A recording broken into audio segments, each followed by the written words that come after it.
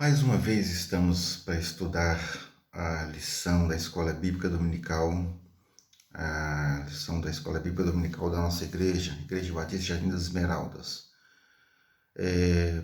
Nós tivemos uma semana muito difícil, perda de irmãos para a Covid-19, irmãos internados, familiares enfermos, e nós vemos que essas coisas têm abalado as nossas famílias.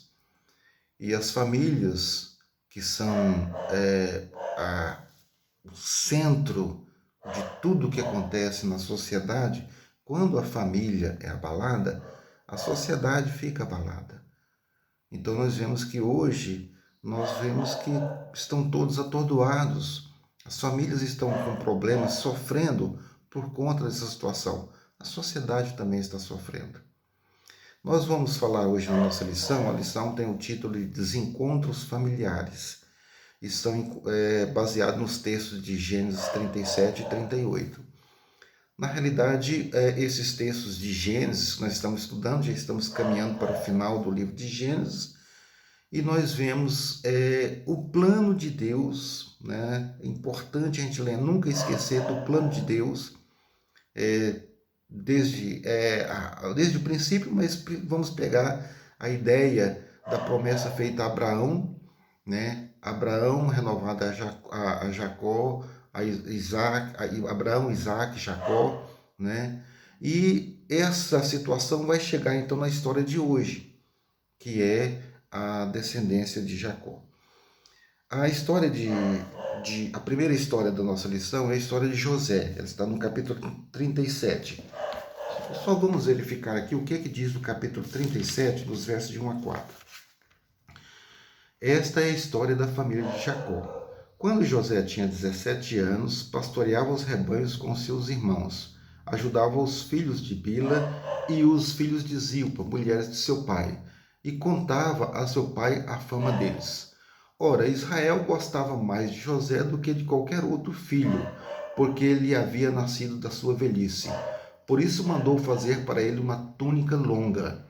Quando seus irmãos viram que seu pai gostava mais dele do que de qualquer outro filho, odiaram-no e não conseguiam falar com ele amigavelmente.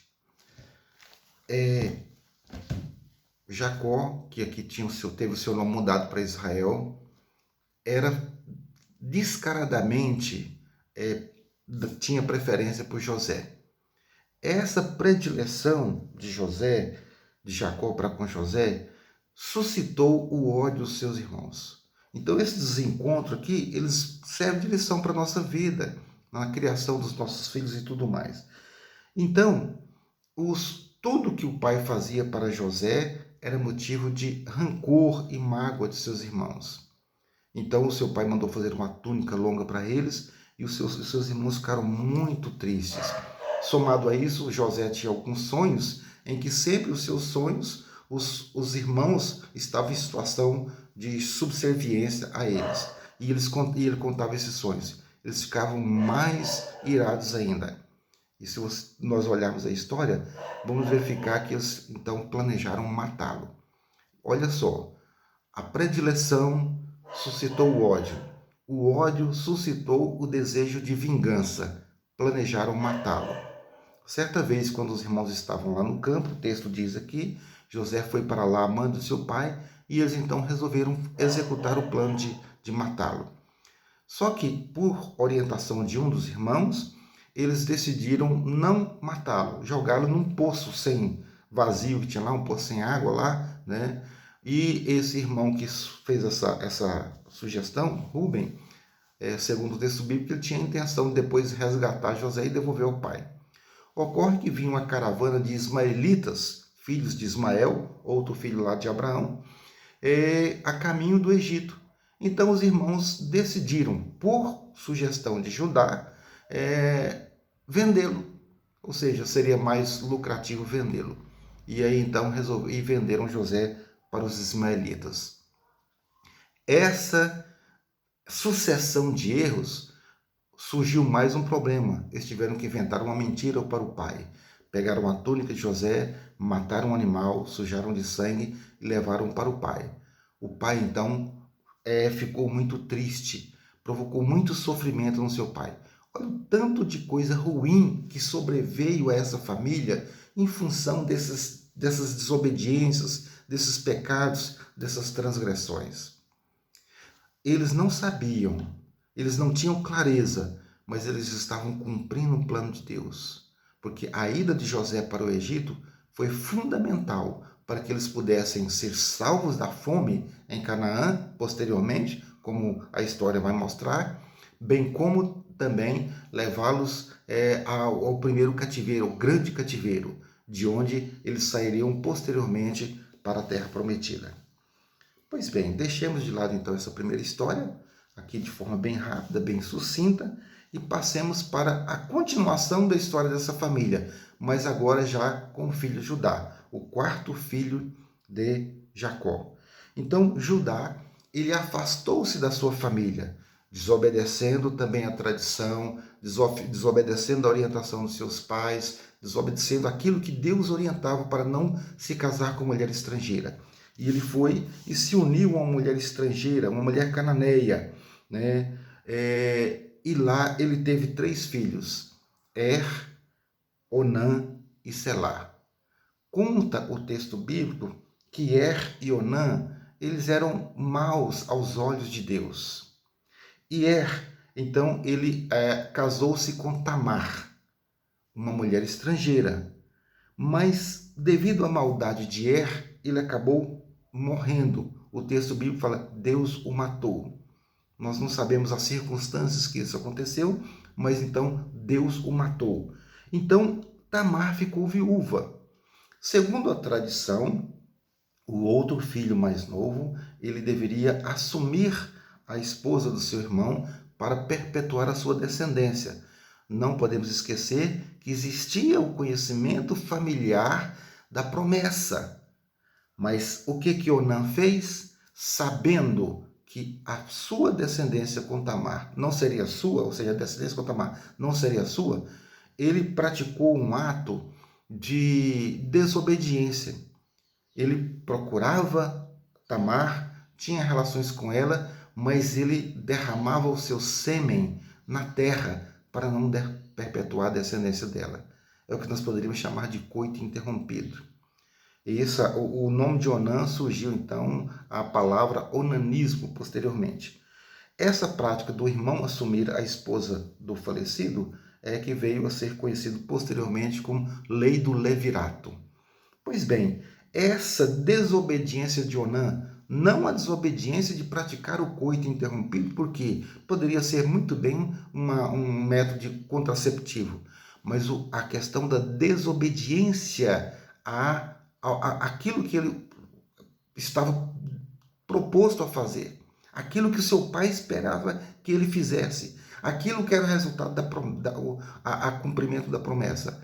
E em função desses pecados, desses erros, dessas desobediências, Deus também o matou.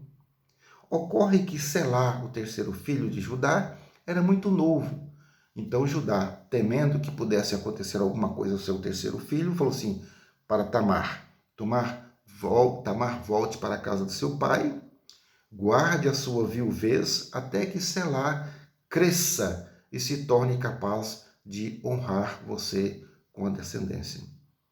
Ocorre que, passado algum tempo, Judá, também temendo que alguma coisa pudesse acontecer ao seu terceiro filho, acabou se esquecendo dessa promessa. E com a morte da esposa de Judá, isso passou mais tempo ainda. Então, a esposa de Judá morreu e certa vez ele estava indo para os campos lá para tosquear as suas ovelhas. E Tamar, sabendo, foi informada que o sogro dela iria passar naquele local. O que ela fez? Ela despiu a sua roupa de viuvez, colocou uma outra roupa e um véu, semelhante às usadas por prostitutas, e sentou-se à beira de um caminho por onde Judá iria passar. Quando Judá passou e a viu, julgando-a ser uma prostituta, chamou então para ficar com ela. E ela perguntou para ele, o que você vai me dar para ficar comigo? E ele falou assim, eu vou te dar um cabrito do meu rebanho. Ela falou assim, mas e como garantia de que você vai me mandar esse cabrito? O que você vai me dar? Me dá então o seu cordão e o seu selo, quer dizer, os pertences que ele tinha de identificação de quem ele era, o seu, o seu, o seu, o seu, esses bens que você tem aí. E ele então, pois bem, deu como garantia, como um penhor que ele deu. E ele então ficou com Tamar.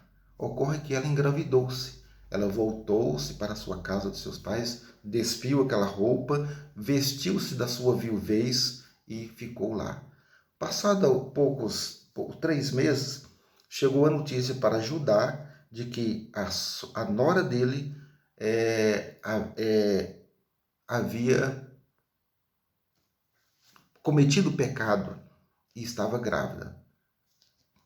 O Judá então determinou que ela fosse levada para fora da cidade e queimada viva como castigo pelo pecado que ela tinha. Quando ela estava sendo levada para ser queimada, ela pegou aqueles pertences, o selo, aquele cajado lá e falou assim, mostrar para Judá, porque ele saberia de quem era aquele lá que seria os filhos seriam dessa pessoa, o filho seria dessa pessoa. Quando Judá viu aquele cajado, viu aquele selo lá, ele reconheceu como sendo dele. E aí ele usou um texto fantástico assim, ela foi mais justa do que eu, porque eu não honrei o meu compromisso de dar o meu filho com ela. Então, ela voltou para casa lá, foi justificada. E aí nós vemos o seguinte, uma coisa fantástica. Nós não podemos fazer juízo de valor sobre a conduta de Judá em buscar o que ele pensou ser uma prostituta, e não podemos fazer juízo de valor sobre a conduta de Tamar. Mas Tamar foi justificada. Ou seja, e ela, desta forma, e aí ela teve os filhos de Judá, foram 2 filhos, né? Pérez e Zerá, e Pérez vai ser que vai perpetuar essa linhagem da promessa, que vai fazer parte da genealogia de Jesus. Então Tamar entrou na genealogia de Jesus dessa forma. Assim como posteriormente nós vemos a história de Raabe, uma prostituta que também entrou na genealogia de Jesus. Ou seja, elas acabaram sendo mais dignas do que as outras pessoas. Então essa história vai mostrar aqui uma situação de desencontros familiares. Quantas coisas poderiam ser evitadas, mas eles não sabiam que o plano de Deus não pode ser mudado. E Deus estava construindo a sua história, porque daquela linhagem viria o Messias. E se nós olharmos a genealogia de Jesus, nós vamos verificar esses nomes direitinho e vamos ver lá quando então nasceu Jesus. Que nós possamos pensar que Deus constrói a nossa história. Nesses momentos de tanta dor, tanto sofrimento, tanta incerteza diante dessas doenças, vamos pensar que Deus está tomando conta das nossas histórias. Deus está cuidando das nossas famílias.